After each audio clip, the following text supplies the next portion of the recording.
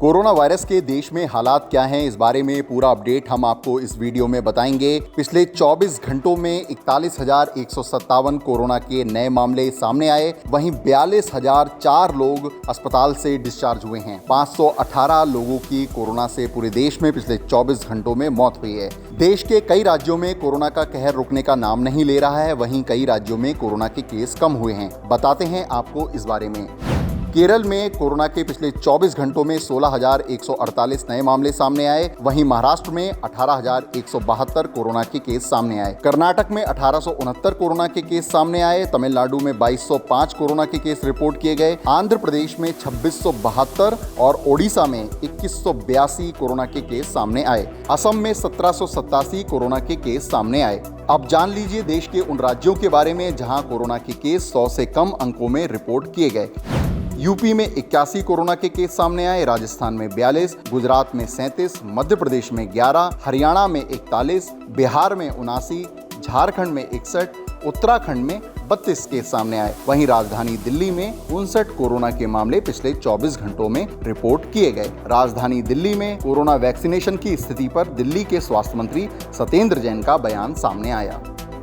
अवीर international के द्वारा vaccination programme start किया गया है। इसका जो मेन मकसद है वो दो इश्यूज आ रहे हैं। जो वैक्सीन हेजिटेंसी है, लोगों को बड़ा वो लगता है कि भाई वैक्सीन लगवाएं नहीं लगवाएं, तो उनको एजुकेट करना, उनको मोटिवेट करना कि भाई इसको लगवाना बहुत ज़रूरी है। दूसरा है कि कई सारे लोगों के लिए बहुत टैक्स हैवी नहीं है, तो उनके रजिस्ट्रेशन करना या इस तरह की चीज़ों के लिए मदद करना, साथ ही साथ वैक्सीनेशन करना भी। तो ये वैक्सीनेशन भी कर रहे हैं, उनके लिए मदद भी करेंगे और इसके लिए मैं बहुत बहुत बधाई देता हूँ। वैक्सीन की जैसे ही दिल्ली में आती है हम तुरंत लगा देते हैं।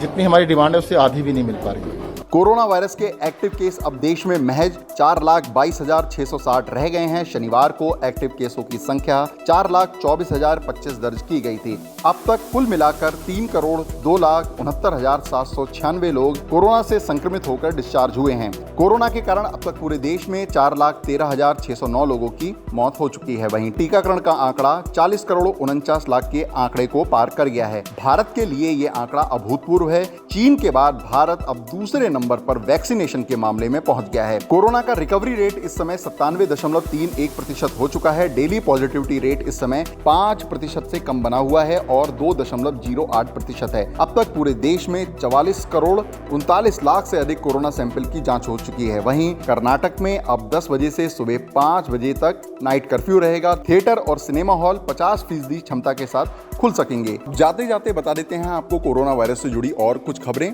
कोरोना वायरस का साया अब टोक्यो ओलंपिक में भी नजर आ रहा है। 23 जुलाई से टोक्यो ओलंपिक की शुरुआत होने वाली है। इससे पहले ही ओलंपिक में कोरोना के मामले सामने आने लगे हैं। ताजा अपडेट के अनुसार खेल गांव में रह रहे 2 और एथलीट कोरोना पॉजिटिव पाए गए हैं। टोक्यो ओलंपिक के आयोजकों ने इस बात की पुष्टि की है। इससे पहले शनिवार को भी एक अधिकारी की कोरोना रिपोर्ट पॉजिटिव आई थी। अब तक कुल मिलाकर ओलंपिक खेल गांव में रह रहे 2 खिलाड़ी समेत 3 लोग कोरोना पॉजिटिव पाए गए हैं।